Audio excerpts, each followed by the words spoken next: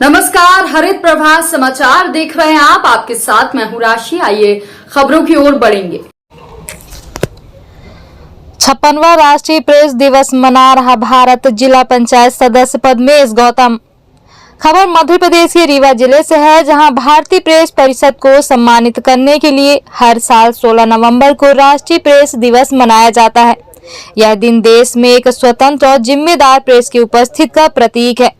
Press council of India भी भारतीय press की गुणवत्ता की जांच करती है और पत्रकारिता गतिविधियों पर नजर रखती है।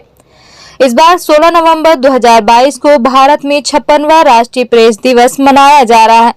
जहां राष्ट्रीय प्रेस दिवस पहली बार 1966 में मनाया गया था, वहीं जब press council of India (PCI) की स्थापना हुई थी और देश में इसका संचालन शुरू हो गया था, जिसको लेकर कांग्रेस पार्टी के नेता व जिला पंचायत सदस्य पद्मेश गौतम ने कहा कि आज राष्ट्रीय प्रेस दिवस है।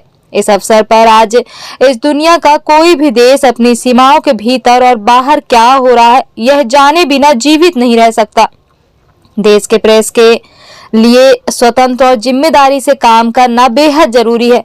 यदि किसी राष्ट्र में एक जिम्मेदार और एक कर्तव्यपरायण प्रेस नहीं है तो राष्ट्र प्रगति और समृद्धि नहीं कर सकता है। राष्ट्रीय प्रेस दिवस मनाया जाना चाहिए क्योंकि यह उन लोगों को धन्यवाद देने का दिन है जो हमारे लिए खबर लाते हैं, और जो कुछ भी हमारे आसपास हो रहा है प्रेस हमें दुनिया से जोड़ता है और इसलिए हमें इसका शुक्रिया अदा करना चाहिए। राष्ट्रीय प्रेस दिवस का उत्सव प्रेस की स्वतंत्रता का उत्सव मनाए बिना अधूरा है। आप वर्तमान जिला पंचायत सदस्य हैं। विकास के किन किन मुद्दों को लेकर आप काम करेंगे? देखिए, मैं वर्तमान में मऊगंज ब्लॉक के वार्ड नंबर 27 से जिला पंचायत सदस्य हूँ। मेरा नाम पद्मेश गौतम है और विकास सामान्यतया आज जिस तरह मध्य प्रदेश की सरकार की स्थिति है, हर एक जगह विकास कार्य अधूरे पड़े हुए हैं। सरकार के पास बजट का अभाव है, किसी भी प्रकार के कार्य नहीं हो रहे हैं। और जहां तक जनहित की बात रही तो हमारे मुद्दे हर जगह यही है कि ग्राम पंचायत में, चूंकि पंचायत स्तर का अपन चुनाव जीत के आए हैं, तो पहली प्रायोरिटी तो यही है कि पंचायत स्तर पर जितने भी काम होते हैं, गरीबी रेखा में नाम जुड़वाने का काम, ग्राम पंचायत की सड़कों के निर्माण का काम, स्कूल शाला भवनों के निर्माण का काम, शाला भवनों के उन्नयन का काम, जितने भी जनहित से जुड़े काम हैं, ये सारे काम लोगों के ईमानदारी पूर्वक होते रहें, यही आशा है। आप मध्य प्रदेश के वर्तमान विधानसभा अध्यक्ष के पुत्र को भारी मतों से हराकर विजयी हुए हैं, इस पर आप क्या कहना चाहेंगे? क्या विकास के मुद्दों को लेकर के ही जनता ने आपका इतना सपोर्ट किया है? बिल्कुल स्वाभाविक रूप से विकास का मुद्दा तो एक अहम मुद्दा है ही। और देवतला विधानसभा में जिस प्रकार जनता ने पिछले 25 वर्षों से भारतीय जनता पार्टी के विधायक वहां से चुन के आ रहे हैं, और वर्तमान जो विधानसभा अध्यक्ष हैं वो उनका भी ये तीसरा कार्यकाल चल रहा है, पर आज भी जिस प्रकार से मूलभूत सुविधाओं का अभाव देवतला विधानसभा में है, उसका आक्रोश तो निश्चित तौर पर था। और उसी का परिणाम है कि इस प्रकार के रिजल्ट आया और उनके पुत्र चुनाव हार गए। और मैं तो ये कहूंगा कि उनके पुत्र चुनाव नहीं लड़ रहे थे, वो स्वयं चुनाव लड़ रहे थे। ये तो आपने चुनाव के दौरान देखा ही है, जो वीडियो वायरल हुए और तमाम तरह की गतिविधियां हुई, जिस प्रकार आचार संहिता का खुलेआम उल्लंघन हुआ, तो वो तो स्वयं अध्यक्ष चुनाव लड़ रहे थे। ये चुनाव तो आपके लिए बहुत बड़ा चैलेंज था, क्योंकि वर्तमान सरकार के वो विधानसभा अध्यक्ष हैं। निश्चित तौर पर यह चैलेंज था, और इसीलिए मैं चुनाव के दौरान एक बात कहा करता था, जब जनता के बीच में जाता था तो मैं हमेशा ये कहता था कि ये एक मुकदमा चल रहा है, पद्मेश गौतम बनाम मध्य प्रदेश शासन, जो जनता की अदालत में गया था और जनता ने अपना निर्णय सुना दिया।